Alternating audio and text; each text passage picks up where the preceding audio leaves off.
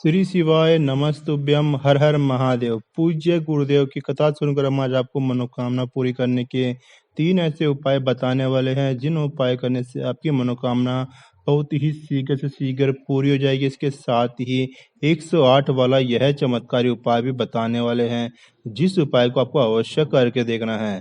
इस उपाय को करने से आपकी मनोकामना पूरी हो जाएगी। साथ ही तीनों के तीनों उपाय आपको अच्छे से समझाने वाले हैं। आपको किस तरह से आपको तीनों उपाय करने हैं, कब करने हैं, कैसे करने हैं, इस वीडियो को पूरा देखिए ताकि सभी के सभी उपाय आपको अच्छे से समझ में आ जाए। बात करते हैं सबसे पहला महाचमत्कारी उपाय। इस उपाय को करने के लिए आपको एक बेलपत्र लेना है। यह उपाय मनोकामना पूरी करने का उपाय है। साथ ही आपको 1 लोटा जल भी आपको लेना है। दोनों चीज आपको लेकर के भगवान महादेव जी के मंदिर में आपको चले जाना है। बेलपत्र साफ एवं स्वच्छ होना चाहिए, कहीं से भी कटा फिटा नहीं होना चाहिए। इस बात का आपको विशेष रूप से ध्यान रखना है क्योंकि यह उपाय मनोकामना पूरी करने का उपाय है। इस उपाय को आपको सबसे पहले करना क्या है, बेलपत्र को माता अशोक सुंदरी वाले स्थान पर आपको समर्पित करना है। जो स्थान आपको बता रहे हैं उसी स्थान पर आपको बेलपत्र समर्पित करना है। बेलपत्र इस तरह से आपको समर्पित करना है कि जो बीच वाली पत्ती की दिशा होनी चाहिए शिवलिंग की तरफ है, जो डंडी की दिशा होनी चाहिए जलाधारी की तरफ। इस तरह से आपको ये बेलपत्र माता अशोक सुंदरी वाली स्थान पर आपको समर्पित कर देना है। उसके बाद में उसके ऊपर थोड़ा सा जल आपको समर्पित कर देना है। उसके बाद में उस बेलपत्र को वहां से उठा लेना है। वहां से उठा करके करना क्या है, उस बेलपत्र को भगवान महादेव जी के शिवलिंग के ऊपर आपको समर्पित कर देना है। शिवलिंग के ऊपर समर्पित कर देने के बाद में करना क्या है, जो जल आपके पास बच गया था उसी जल को आपको शिवलिंग के ऊपर समर्पित कर देना है। श्री शिवाय नमस्तुभ्यम बोलते हुए मनोकामना पूरी करने का यह सबसे ज्यादा चमत्कारी उपाय है। सिर्फ 1 लोटा जल से ही आप यह उपाय कर सकते हैं। इस उपाय को अच्छे से समझा दिया आपको कैसे करना है, किस तरह से करना है। माता अशोक सुंदरी को अगर आपने प्रसन्न कर दिया तो आपकी मनोकामना बहुत ही शीघ्र से शीघ्र पूरी हो जाएगी क्योंकि हम सभी जानते हैं कि भगवान महादेव जी की सबसे प्रिय पुत्री है माता अशोक सुंदरी। तो यह चमत्कारी उपाय अवश्य करके देखना है। इस उपाय करने से आपकी मनोकामना बहुत ही शीघ्र पूरी हो जाएगी। बात करते हैं दूसरा महाचमत्कारी उपाय। इस उपाय करने के लिए आपको 2 लोटे जल की आवश्यकता होगी।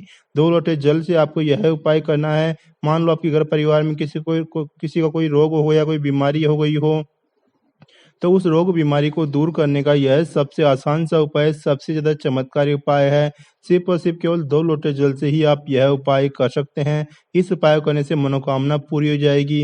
साथ ही आपको अपने घर परिवार में जो भी समस्याएं चल रही हो जल्द से जल्द दूर हो जाएगी। सिर्फ और सिर्फ केवल 2 लोटे जल ही से ही आप यह उपाय कर सकते हैं। सबसे पहले करना क्या, आपको अपने घर पर ही 2 लोटे जल भर लेना है। उनको एक के ऊपर एक रख लेना है। उनको भगवान महादेव जी के मंदिर में आपको ले जाना है। भगवान महादेव जी के मंदिर में ही ले जाकर के आपको यह उपाय करना है। आपको 2 लोटे जल अपने घर से ही भरना है। इस बात का विशेष रूप से आपको ध्यान रखना है।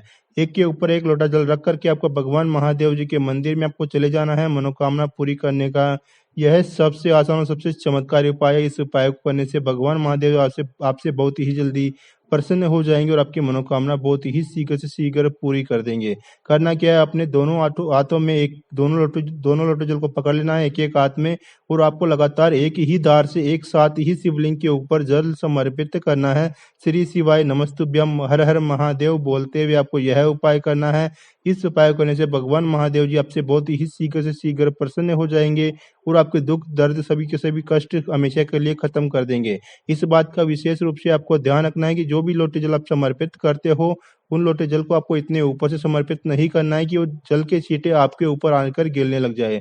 2 लोटे जल का यह महाचमत्कारी उपाय मनोकामना पूरी करने का उपाय है। इस उपाय को आपको अवश्य करके देखना है। इस उपाय को करने से आपकी मनोकामना बहुत ही शीघ्र से शीघ्र पूरी हो जाएगी। पूज्य गुरुदेव ने अपनी शिव महापुराण पुराणी कथा में यह उपाय बताया है। 2 लोटे जल का उपाय आपको अवश्य करके देखना है। शिव महापुराण में भी यह उपाय बताया गया है। रोग मुक्ति का, मनोकामना पूर्ति का यह सबसे ज्यादा चमत्कारी उपाय है। इस उपाय करने से आपकी जो भी मनोकामना बहुत ही शीघ्र से शीघ्र पूरी हो जाएगी।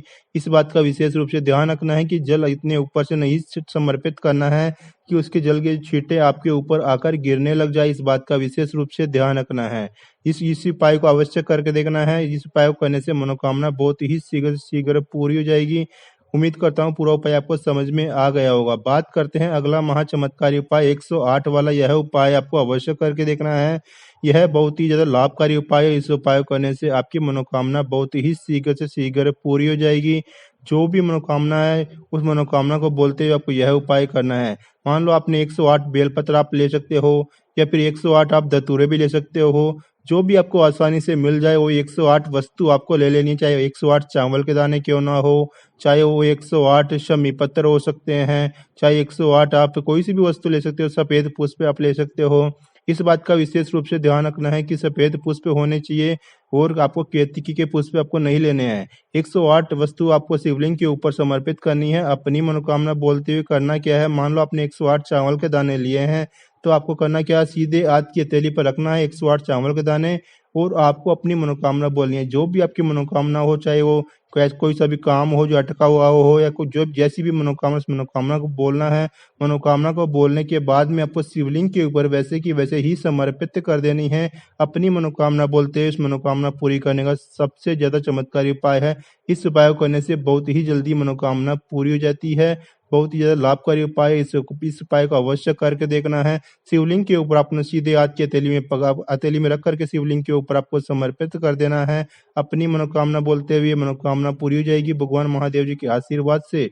आपको इसके साथ ही एक और बात का भी विशेष रूप से आपको ध्यान रखना है कि केतकी के पुष्प और तुलसी जी के पत्ते आपको शिवलिंग के ऊपर समर्पित नहीं करने चाहिए। यह बहुत ही ज़्यादा विशेष रूप से आपको ध्यान रखने वाली बात है। इस बात का विशेष रूप से ध्यान रखते हुए ही आपको यह उपाय करना है।